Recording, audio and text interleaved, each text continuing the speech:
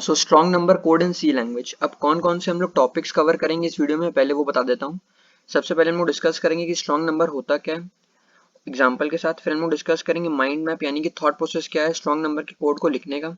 फिर हम लोग उस कोड का एक्सप्लेनेशन देखेंगे और फाइनली हम लोग सी कंपाइलर में स्ट्रॉन्ग नंबर के कोड को लिखेंगे। तो स्टार्ट करते हैं। अब स्ट्रॉन्ग नंबर होता क्या है? A number is called a strong number if sum of factorials of all digit of that number is equal to that number, then it's called a Armstrong number। तो अगर simple भाषा में बोलूँ तो strong number क्या होता है? जैसे कोई आपका नंबर है, अगर उसकी हर डिजिट का मैं फैक्टोरियल निकालूं और उसे ऐड कर दूं और वो जो सम आए वो अगर उस नंबर के बराबर आ जाए ओरिजिनल नंबर के, तो उसे बोलेंगे हम लोग स्ट्रॉन्ग नंबर। एग्जाम्पल भी मैंने दिया है, जैसे 145 है। 145 में 3 डिजिट्स है, 1, 4 और 5। 1 का फैक्टोरियल होता है 1, 4 का फैक्टोरियल होता है 24 और 5 का फैक्टोरियल होता है 120। मैंने इन तीनों को ऐड किया तो 145 के बराबर है, जो कि ओरिजिनल नंबर के बराबर आया। इसलिए मैंने कहा ये नंबर क्या है? Strong number. तो हर डिजिट का फैक्टोरियल का सम अगर ओरिजिनल नंबर के बराबर आ जाए तो उसे क्या बोलेंगे? स्ट्रॉन्ग नंबर बोलेंगे। अब माइंड मैप देखते हैं। अब हाँ, कुछ लोगों को ये शायद ये ना पता हो कि फैक्टोरियल क्या होता है, तो बता दिया मैंने। जैसे अगर आपको n का फैक्टोरियल निकालना है तो आपको 1, 2, 3 से लेकर n तक मल्टीप्लाई करना है, ठीक है। तो जो आएगा प्रोडक्ट उसको बोलेंगे फैक्टोरियल ऑफ अ नंबर। अब एग्जांपल दिया जैसे मैंने 4 फैक्टोरियल, तो 1 into 2 into 3 into 4 that is 24 is a factorial of 4। डिनोशन क्या होता है? नॉट जो होता है ना उस तरह यूज करते हैं, एक्सक्लेमेशन मार्क टाइप। दूसरा 3 फैक्टोरियल, 1 इंटू 2 इंटू 3, इसे क्या बोलते हैं? 6। ये क्या है? Factorial of 3। तो फैक्टोरियल क्लियर है। अब अगर हमें कोड लिखना है, ठीक है, स्ट्रॉन्ग नंबर का, सबसे पहले हमें पता होना चाहिए हम किसी भी नंबर का फैक्टोरियल कैसे फाइंड करें, तभी तो ऐड करेंगे और फिर चेक करेंगे। तो फैक्टोरियल बेसिकली होता क्या है? आपको 1 से लेकर n तक मल्टीप्लाई करना है उन नंबर्स को। तो मैंने कहा ये बहुत ही सिंपल है, मैं एक बहुत ही सिंपल सा एक फॉर लूप लगाऊंगा, 1 से लेकर n तक का i प्लस प्लस करता जाऊंगा और एक पहले f बराबर 1 स्टोर कर दूंगा जिसमें मैं मल्टीप्लाई करता जाऊंगा i को। एग्जाम्पल भी देते हैं, dry run is very important. Let's see. n बराबर मैंने 4 डाला, अब हुआ क्या? i 1 डाला था, ठीक है, कंडीशन ट्रू थी। f बराबर 1 इंटू 1 1 f1, फिर i प्लस हुआ 2 हुआ, 1 इंटू 2 2, i 3 हुआ, f equal to 2 into 3 6, i 4 हुआ, f इक्वल टू 6 इंटू 4 24, फिर i 5 हुआ। जैसे ही i 5 हुआ कंडीशन क्या हो गई? फॉल्स, ठीक है, लेकिन f में वैल्यू क्या स्टोर? 24। तो 4 फैक्टोरियल कैसे फाइंड करा? एक सिंपल सा एक वाइल लूप है, ड्राई रन करा, दिख गया हमें। अब आगे बढ़ते हैं।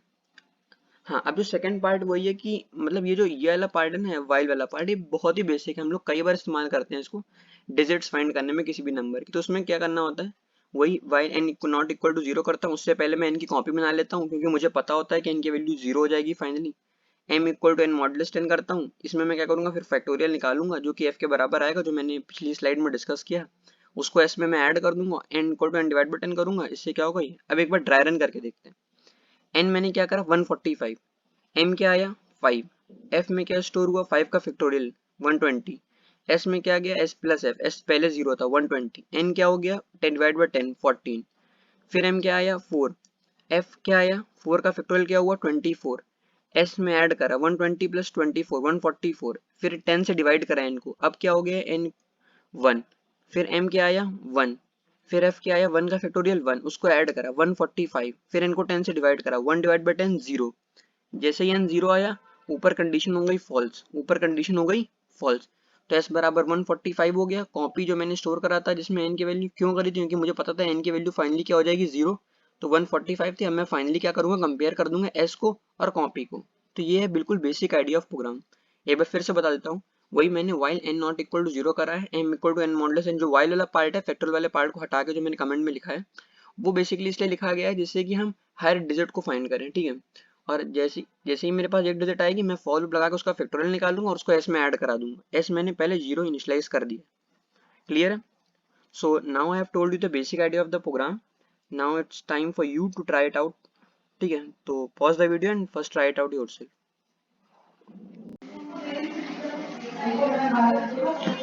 तो यार अब स्टार्ट करते हैं हम लोग स्ट्रॉन्ग नंबर का कोड लिखना, ठीक है। तो सबसे पहले तो मैं एक इंटीजर डिफाइन करूंगा n, जिसमें मैं इनपुट लूंगा।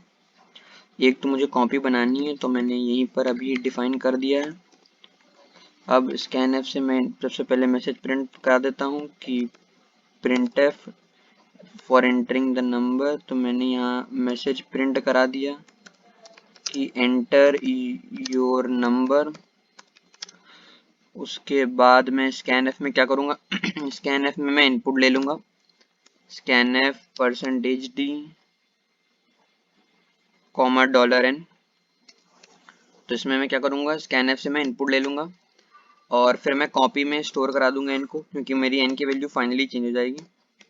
अब मुझे पता है मुझे कौन कौन से वेरिएबल बेसिकली लेने हैं, तो मैंने कहा एक m हो जाएगा मेरा, एक मुझे लेना पड़ेगा, एक मुझे s बराबर 0 लेना पड़ेगा, एक मुझे f लेना पड़ेगा जिसको मैं बाद में इनिशियलाइज करूंगा, और एक मुझे क्या लेना पड़ेगा, आई थिंक इतने इनफ है, बाद में देख लेंगे और कौन से। सो स्टार्ट करते हैं। अब मैं सबसे पहले क्या करूंगा, while n is not equal to 0 करूंगा। क्यों करूंगा, उसका रीजन है, वही हम लोग हर डिजिट फाइंड करने के लिए कॉमन लूप लगाते हैं, जिसमें मैं m equal to n modulus 10 करूंगा तो मुझे उस नंबर की आखिरी डिजिट मिल जाएगी। फिर मुझे बताया था कि मैं यहाँ मुझे f को 1 करना पड़ेगा। अभी यहाँ पर f को 1 करना है, अगर ऊपर करेंगे तो हम लोग का आंसर सही नहीं आएगा, उसको बताऊंगा अभी रीजन क्यों। फिर मैं यहाँ पर क्या करूँगा, मैं यहाँ पर बेसिकली एक मुझे i डिक्लेयर करना पड़ेगा, जिसमें मैं इसका फैक्टोरियल निकाल लूंगा। फॉर i इक्वल टू 1 करा मैंने, i less than and equal to m करा, फिर मैंने क्या करा, i प्लस प्लस करा। आगे बढ़ा मैंने फिर इसके बाद मैंने क्या करा, मैंने वही करा, f equal to f into I करा मैंने, और मैं आगे बढ़ा। इधर मैंने s को s प्लस f कर दिया, उसका रीज़न है, ठीक है। और ये मेरे ख्याल से, और फाइनली मैं n equal to n divide by 10 करूँगा, जिससे कि आखिरी डिजिट हट जाओ, फिर जो मॉडुलस ने तो दूसरी डिजिट हमारी आए। मेरे ख्याल से और सब बातें क्लियर है। अब उसके बाद में क्या करूँगा, मैं वही चेक कराऊंगा कि अगर s बराबर कॉपी आ रहा है then it is an Armstrong number, तो मैं प्रिंट कराऊंगा कि वो स्ट्रॉन्ग नंबर है, yes it is strong number. और अगर नहीं आ रहा है तो मैं प्रिंट करा दूंगा कि वो स्ट्रॉन्ग नंबर नहीं है। अगर नहीं आ रहा है तो मैं प्रिंट करा दूंगा कि वो स्ट्रॉन्ग नंबर नहीं है। एल्स printf में मैं कर दूंगा no it is not strong number, it is not strong number. तो ये मैंने कर दिया और ये मैंने दोनों ब्रेस लगा दी। तो कोड क्लियर है मेरे ख्याल से अब तक आपको। वही मैंने n था, कॉपी था, ms, ये मैंने देखिए यहाँ सेमीकोलन नहीं लगाया। अब यहाँ फैक्टोरियल को मैंने यहाँ पर 1 क्यों किया, उसका रीजन है। उसका रीजन ये है कि अगर मैं ऊपर करूंगा तो जैसे मान लिया आपका सबसे पहले 140 बढ़ा, सबसे पहले 5 का फैक्टोरियल आ गया 120, ठीक है। उसके बाद क्या होगा, f की वैल्यू 120 हो जाएगी। अब वो जब 4 का निकालूंगा तो 120 इंटू 1 इंटू 2 इंटू 3 इंटू 4 करेगा, जो कि गलत है। तो f की वैल्यू मुझे हर बार रिफ्रेश करनी है फैक्टोरियल निकालने के बाद, इसलिए मैंने f को क्या करा, यहाँ पर डिक्लेयर किया, ठीक है। अब एक बार चेक कर लेते हैं आउटपुट आ रहा है कि नहीं आ रहा है, लेट्स सी। जैसे हमारा 145 था तो वो आना चाहिए हमारा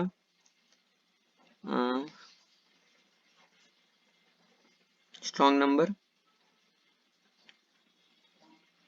ओके, यहाँ मैंने स्लैश एन नहीं लगाया। आउटपुट का रिप्रेजेंटेशन प्रॉपर होना चाहिए। आउटपुट सही आ रहा है, yes yes it is an Armstrong number आ रहा है, yes it is strong number आ रहा है। फिर कोई और नंबर डाल लेते हैं, जैसे 33, तो ये एक स्ट्रॉन्ग नंबर नहीं है। लेट्स सी कि ये दिखाता है कि ये स्ट्रॉन्ग नंबर है कि नहीं। तो जैसे ही मैंने 33 डाला, आप लोग देख रहे हैं not is not an strong number दिखा रहा है। तो मेरे ख्याल से कोड बिल्कुल ही क्लियर है, there is nothing that is not explained. वही मैंने n कॉपी m के n कॉपी क्यों इनिशियलाइज किया, मुझे बताया फाइनली n की वैल्यू 0 हो जाएगी, मुझे s से कंपेयर कराने के लिए n की वैल्यू स्टोर करानी पड़ेगी, जो कि मैंने कॉपी में कराई। वाइल वाला जो पार्ट है वही मैं हर बार करता हूँ, कोई भी डिजिट निकालनी नंबर की तो ये नॉर्मल वाइल वाला पार्ट एग्जीक्यूट होता है। f बराबर 1 और जो फॉर लूप वाला पार्ट है बेसिकली वो फैक्टोरियल निकालने के लिए m का, वो मैंने यूज किया और फाइनली मैंने उसको ऐड करा दिया। तो मेरे ख्याल से सब कुछ क्लियर है, ठीक है। फाइनली मैंने क्या करा, at the end while loop से जो बाहर आया तो मैंने उसको कंपेयर करा दिया और चेक करा दिया। So okay. तो अगर आपको स्ट्रॉन्ग नंबर का कोड समझ में आ गया हो तो वीडियो को लाइक और शेयर कर दें और चैनल को सब्सक्राइब कर दें for more coding videos. Thank you.